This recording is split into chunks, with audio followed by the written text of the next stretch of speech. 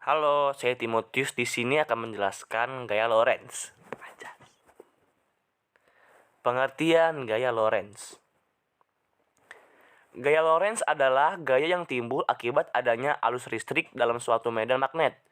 Jadi, jika kita memiliki suatu benda konduktor yang berada di dalam medan magnet, kemudian kita aliri benda tersebut dengan arus listrik, maka akan timbul suatu gaya yang mampu menggerakkan benda tersebut. Arah gaya Lorentz.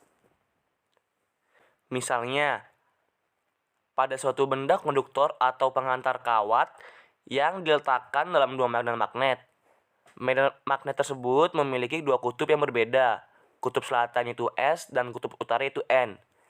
Jika kawat diberi arus listrik, maka pada kawat tersebut akan timbul gaya Lorentz yang dapat menggerakkannya atau membengkokkannya.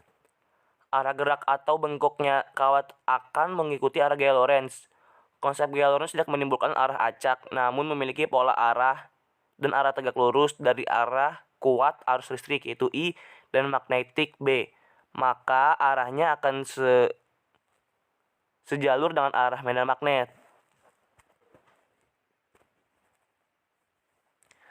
Rumus gaya Lorentz itu ada 3, yaitu rumus gaya Lorentz di kawat berarus, kedua rumus gaya Lorentz kawat sejajar, dan ketiga rumus gaya Lorentz pada muatan bergerak dalam medan magnetik. Di sini kita akan mengerjakan contoh soal cara menghitung gaya Lorentz pada muatan bergerak. Kita memakai rumus V sama dengan Q dikali V dikali B dikali sin theta. Q menyatakan muatan, berarti di sini kita muatan akhirnya sebesar 1,6 dikali 10 pangkat minus 9, kemudian menyatakan kecepatan V menyatakan kecepatan, berarti kecepatannya itu 4 dikali 10 pangkat 5 meter per second. Yang B nih belum diketahui di sini, jadi kita harus mencarinya terlebih dahulu. Kita hitung dulu medan magnetnya, kita hitung dulu menggunakan rumus B sama dengan mu 0 dikali I per 2VA.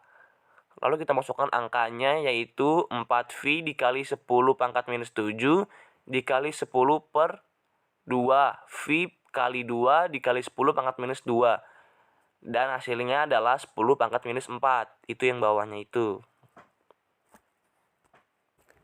Kemudian tetanya ini menyatakan suatu sudut antara V dan W. Di sini sudah sebesar 90. Mengapa bisa 90 derajat?